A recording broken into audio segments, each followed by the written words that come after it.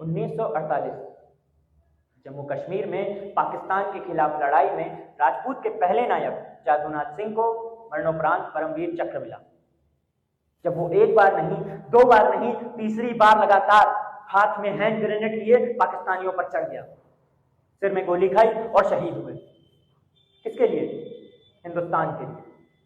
1965 राजपूतों को फिर महावीर चक्र मिला, जब मेजर बलजीत सिंह रंधावा ने पाकिस्तानियों को ब्लैक रॉक से खदेड़ा और 17 मई को शहादत दी। कैप्टन रणवीर सिंह और सिपाही बुद्ध सिंह दोनों को वीर चक्र मिला, और जो पोस्ट उन्होंने अपनी जान देकर जीती वो हमारी सरकार ने पाकिस्तान को गुडविल दिखाने में वापस कर दी।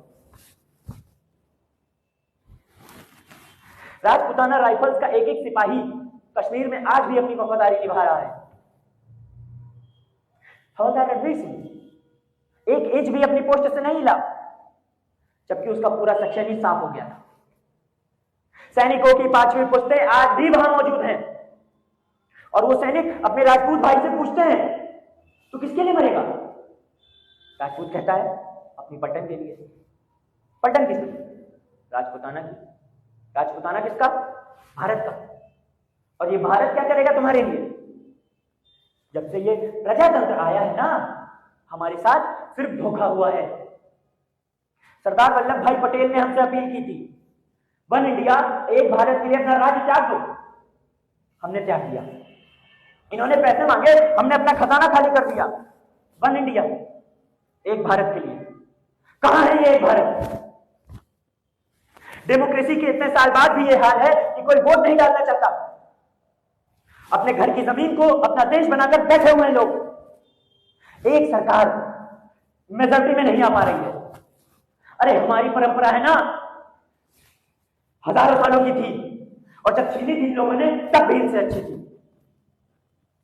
डेमोक्रेसी के नाम पर हमसे पावर छीनकर खुद वो कर रहे हैं जिसका आरोप इन लोगों ने हम पर लगाया था।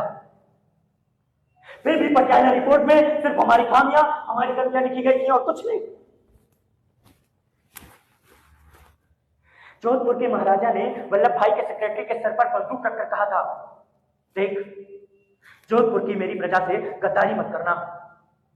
इन लोगों ने सबके साथ गद्दारी की।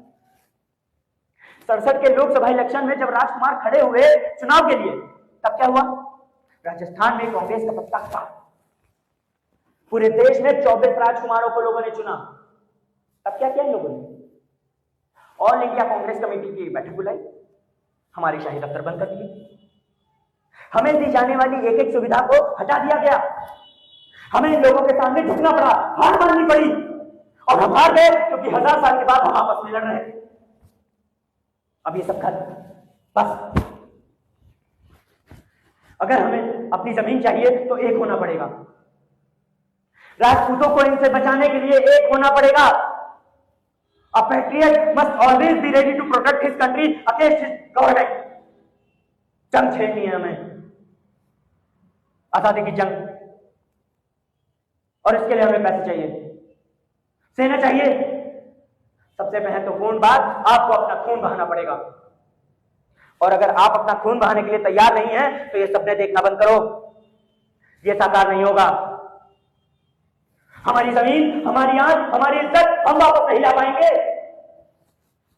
और अगर आप एक होने के लिए तैयार हैं, अपना खून बहाने के लिए तैयार हैं, तो एक साथ एक आवाज में बोलिए, वीर भोज वसुंधरा।